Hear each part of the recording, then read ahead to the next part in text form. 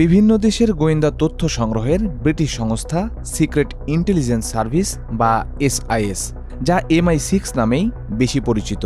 সংস্থাটির প্রধান হিসেবে মনোনয়ন পেয়েছেন ব্লেইস মেট্রেভেলি। এর 18তম প্রধান হিসেবে দায়িত্ব পালন করবেন তিনি।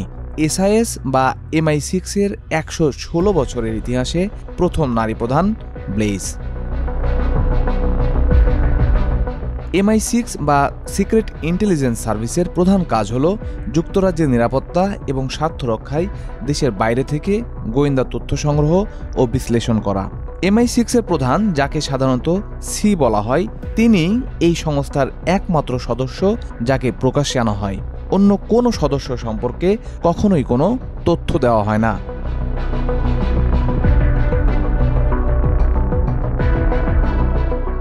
সাতচল্লিশ বছর বয়সী ব্লেইস মেট্রেভেলি একজন পেশাগত গোয়েন্দা কর্মকর্তা।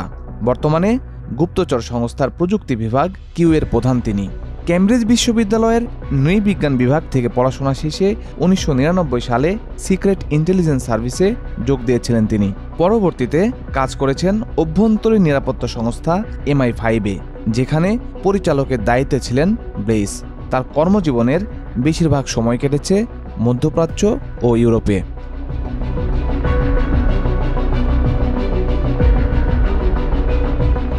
ব্লেইস মেট্রেভেলি কিউ নামে পরিচিত। 2009 সালের গার্ডিয়ানের প্রতিবেদন অনুসারে একজন MI6 অফিসার বলেছিলেন, কিউ অক্ষরটি সংস্থার এমন একজন ব্যক্তির জন্য ব্যবহৃত হয় যিনি উদ্ভাবনী প্রযুক্তি, কৌশল, গ্যাজেটের মতো বিষয়গুলো নজরদারিতে রাখার প্রধান হিসেবে দায়িত্ব পালন করেন।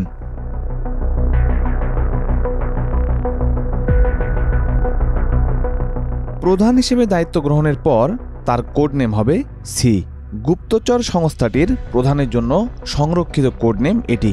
MI6 এর প্রথম প্রধানের নাম ছিল স্যার ম্যানসফিল্ড কামিং।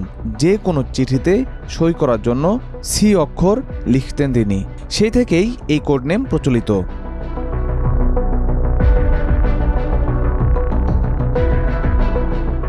MI6 এর বর্তমান প্রধান স্যার রিচার্ড মুর। চলতি বছরের শেষের দিকে রিচার্ড মুরের স্থলাভিষিক্ত হবেন ব্লেইস মেট্রেভেলি।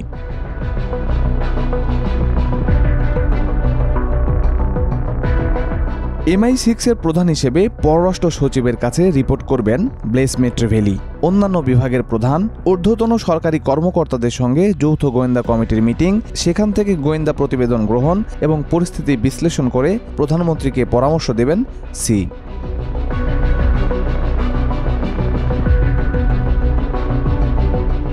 MI6 এর ইতিহাস বেশ পুরনো। 1569 সালে রানী প্রথম এলিজাবেথের secretary of state sir Francis ওয়েলসিংহামের অধীনে একটি গোপন পরিষেবা গঠিত হয়েছিল।